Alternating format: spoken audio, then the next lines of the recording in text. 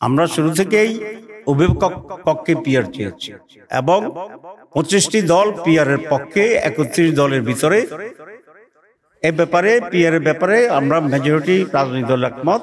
একটু ডিফারেন্স হচ্ছে এই 25 দলের ভিতরে যারা ঐক্য কমিশনে অংশগ্রহণ করেছিল 31টি দল, অনেকেই আপার হাউসে পিআর চেয়েছেন।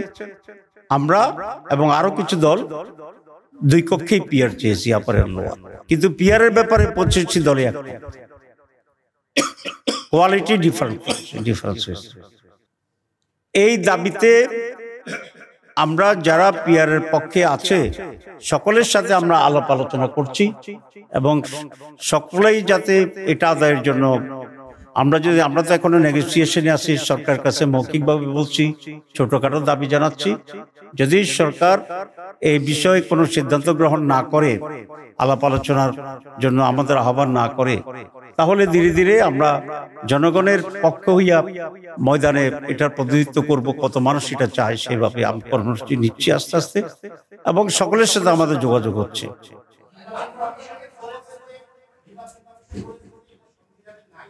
জি জি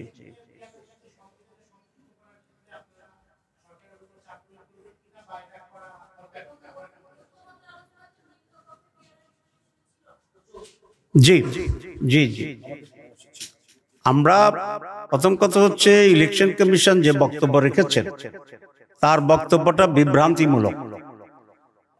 এই কারণে যে আমাদের সংবিধানে প্রতি 5 বছর পর নির্বাচন হবে এই কথাটি লেখা আছে, কিন্তু কোন পদ্ধতিতে নির্বাচন হবে এই কথাটি লেখা নাই।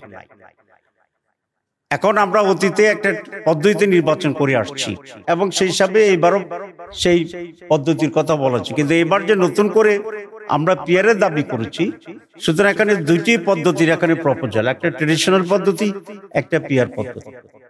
সুতরাং ইলেকশন কমিশন যে কথা বলছে যে ট্রেডিশনাল পদ্ধতিতে নির্বাচন করা, এটাও সংবিধানে নেই। সুতরাং যেহেতু দুইটা দাবি আছে, দুইটা দাবি নিয়ে আলোচনা হওয়া উচিত, ইলেকশন কমিশন আলোচনা করা উচিত যারা এই দাবি করছে, এবং তারপরে একটা ফয়সালা হওয়া উচিত। এইটা নির্ধারণ না করে একতরফা ভাবে আগের নিয়মে ইলেকশন কমিশনের রোডম্যাপ ঘোষণা করাটা একটি অন্যায় হয়েছে বলে আমরা মনে করি। আর একটি কথাকে বলে যে সংবিধানে নাই, আরেকটি দ্বারা বুঝাতে চেয়েছেন আরেকটা সংবিধান আছে, তাহলে এটা এক ধরনের বিভ্রান্তি এবং এটা ভুল তথ্য। না, এটা কোনো ধাক্কা হয় নাই, ধাক্কা খায়ও নাই, কেউ ধাক্কা দেয়ও নাই। এখানে যেটা আমরা বলেছি সেটা হচ্ছে 25টি রাজনৈতিক দল আউট অফ 31 পিআরের পক্ষে, এবং আমি সেটা আপনাদের ইতিমধ্যে বলেছি যে কোয়ালিটি এবং কোয়ান্টিটির ব্যাপারে আমাদের পার্থক্য আছে। কিছু দল পূর্ণ দুই কক্ষে চায়, কিছু দল আপার কক্ষে চায়, কিন্তু পিআর আমি আবার রিপিট করব। এখন যে কথাটা বলেছেন, যারা পিআর চায় তাদের সকলের সাথে আমরা যোগাযোগ করছি, যদি সরকার স্বাভাবিকভাবে না করে, যাতে আমরা আন্দোলনে এই দাবিতে এক হইতে পারি। তো আমরা সেভাবে কাজ করছি। কতগুলো দল, যুগপথ, এসব বিষয়টি এখনো আমরা নির্ধারণ করিনি। যারাই এখন ইতিমধ্যেই এই নিয়ে কর্মসূচিতে একমত হয়েছেন, আমরা তাদের মতো করে প্রত্যেকে তার নিজ নিজ জায়গা থেকেই তারা কর্মসূচি করছে। এখনো এটাকে আমরা যুগপথ বলতে চাচ্ছি না, এটা সেরকম কোনো সিদ্ধান্ত সেরকম হয়নি। কিন্তু যেহেতু দাবি এক, প্রত্যেকে তার মতো করেই আন্দোলনে নামবে, বক্তব্য রাখবে, এটা প্রত্যেকটি দলের নিশ্চয়। আমি তো বলেছি যে যুগপথ আন্দোলনটিও এখন আমরা সেভাবে মেনশন করছি না। যেহেতু দাবি একরকম, প্রত্যেকটি দল তার মতো করেই মাঠে কর্মসূচি দেবে বা দিচ্ছে। এখানে নির্বাচনের জোটের বিষয়টি এখন এখানে আসছে না, এটা আরো সময়ের ব্যাপার, আমরা দেখছি। তবে জুলাই চেতনায় বিশ্বাসী সকল দলের সাথেই আমরা একটা সুন্দর, অবাধ এবং আন্ডারস্ট্যান্ডিং নিয়ে নির্বাচন করা যায় কিনা আমরা এটা আলোচনা করছি। আসলে এই কমিশন এত শক্তিশালী, মরতে গিয়েও আবার বাইসে যায়। কয়েকবারে তাদের টাইম শেষ হয়েছে, আবার কয়েকবারে এক্সটেনশন হয়েছে। গতকালও তাদের টাইমকে আরো এক্সটেন্ডেড করা হয়েছে। এটা সকলের ঐকমত্যের ভিত্তিতেই সেটা হয়েছে। জুলাই সনদের ব্যাপারে বিরোধিতা দুই ধরনের আছে।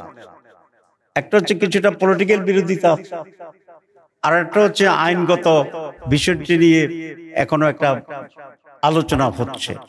পলিটিক্যাল বিরোধিতার কারণেই আইনগত বিষয়টাও কিছুটা জটিলতা তৈরি হয়েছে। কারণ আপনারা জানেন যে কোনো সিদ্ধান্ত যেটা স্পষ্টভাবে উল্লেখ থাকে না কনস্টিটিউশনে বা অন্যভাবে, সেটা যদি মেজর রাজনৈতিক দল একমত হয়ে যায় তাহলে এটা বাস্তবায়ন করার নজির আমাদের দেশে আছে এবং পরে এটা রেটিফাই করার সেই নজিরও আমাদের এখানে আছে। যেমন 91 সালে বিচারপতি শাহাবুদ্দিন যে কেয়ারটেকার সরকার প্রধান হয়েছিল, এটা কিন্তু সংবিধানে ছিল না। যেহেতু রাজনৈতিক দলগুলো একমত ছিল, এটা খুব স্মুথলি সবাই গ্রহণ করেছে। উনি ইলেকশন করেছেন, একটা ভালো ইলেকশন করেছেন। উনি সুপ্রিম কোর্টের বিচারপতি ছিলেন, কেয়ারটেকার সরকারের প্রধান হিসাবে। আবার হি অ্যাগেন ব্যাক টু দি বিচারপতি, সুপ্রিম কোর্টে গেছেন। এগুলা কোনোটাই কিন্তু আইন এবং সংবিধানের কোনো ধারায় এটা কভার করা না, এবং এটা একটা ব্যতিক্রম ছিল। চাকরিতে থেকে আবার 2টা কেয়ারটেকার হওয়ার জন্য। তো সবকিছু সম্ভব হয়েছে কিভাবে? আমরা সকল রাজনৈতিক দল এক হয়েছি, মানে জনগণ এক হয়ে গিয়েছে। People's opinion is the supreme law, আপনি এটা জানেন। তো এখনো রাজনৈতিক ঐকমত্য থাকলে সবকিছুই এখানে বিধি পাওয়া যায়, আইন পাওয়া যায়, সংবিধান সংশোধন পাওয়া যায়, সবকিছু হয়। আনফরচুনেটলি আমরা সব রাজনৈতিক দলগুলো এখনো এই বিষয়ে একমত হতে পারি নাই, বিধায় কিছুটা ডিলে হচ্ছে, জটিলতা তৈরি হচ্ছে।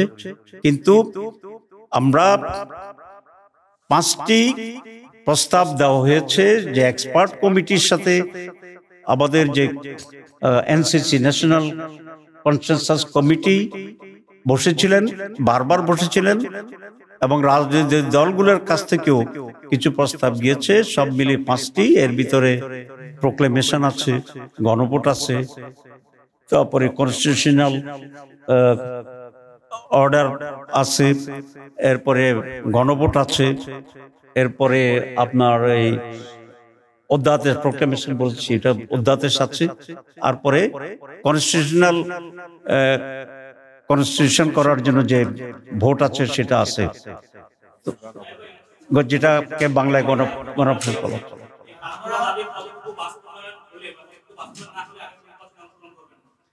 আমরা তো নির্বাচনে অংশগ্রহণ করবো না, এটা কখনো বলি নাই। আমরা বলছি এই দাবিগুলো যেগুলোর ব্যাপারে আমরা ঐকমত্য পোষণ করেছি, সেই দাবিগুলো আইনগত ভিত্তির মাধ্যমে নির্বাচনের আগেই বাস্তবায়নযোগ্য করতে হবে। এটা হচ্ছে আমাদের দাবি। আমরা আশা করি এই দাবি পূরণ হবে এবং সকলে মিলে এই ফেব্রুয়ারিতে আমরা একটা ভালো নির্বাচন করতে পারব।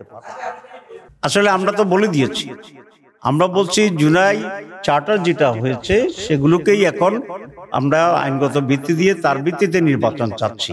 সুতরাং এই জবাবের ভিতরে তোমার প্রশ্নের জবাব আছে না, এটা আমি মনে করি না। কারণ আরো 5 মাস সময় আছে, এর ভিতরে এই সমস্ত দাবি পূরণ করা, তারপরে জুলাই চার্টারকে আইনগত ভিত্তি দেওয়া, গণভোট যদি প্রয়োজন হয় গণভোট করা, এই সব কিছুই এটা এর ভিতরে সম্ভব। এগুলা করেই আমরা ফেব্রুয়ারি নির্বাচনে অংশগ্রহণ করবো ইনশাআল্লাহ। আচ্ছা, প্রথম কথা হচ্ছে আমরা সরকার অংশের জন্য নই, আমরা একটি দেশের বৃহত্তর রাজনৈতিক দলকে প্রতিনিধিত্ব করি। সরকার মানছে না, তাদের নিজস্ব একটা চিন্তা কি সেটা তারা ভালো জানে। আর 2 নম্বর হচ্ছে না মানার জন্য তো কোনো রাজনৈতিক শক্তি থেকে চাপ থাকতে পারে, দ্বিমত থাকতে পারে। সুতরাং যেহেতু এটা নন পলিটিক্যাল ইন্টারিম গভর্নমেন্ট, তো এবং তাদের নিজস্ব কোনো পলিটিক্যাল রিপ্রেজেন্টেশন নাই, সুতরাং তারা অনেক সময় এদিক ওদিক হেলতে পারে সিচুয়েশনকে কেন্দ্র করে।